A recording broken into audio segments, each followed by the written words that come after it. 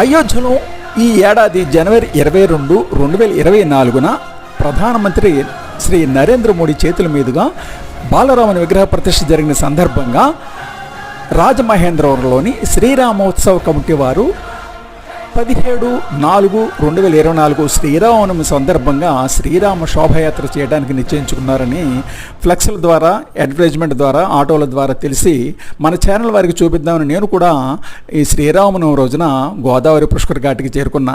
నిజంగా అక్కడి వాతావరణం కన్నులు పండుగగా ఉంది.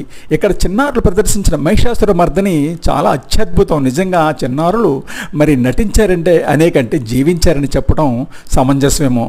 ఆ తర్వాత మరి అందరూ కూడా పిల్ల పెద్ద మహిళలు, వృద్ధులు, పెద్దవారు అందరూ కూడా యువత బైక్ మీద నగరమంతా కూడా ర్యాలీ చేశారు భారీ ఎత్తున.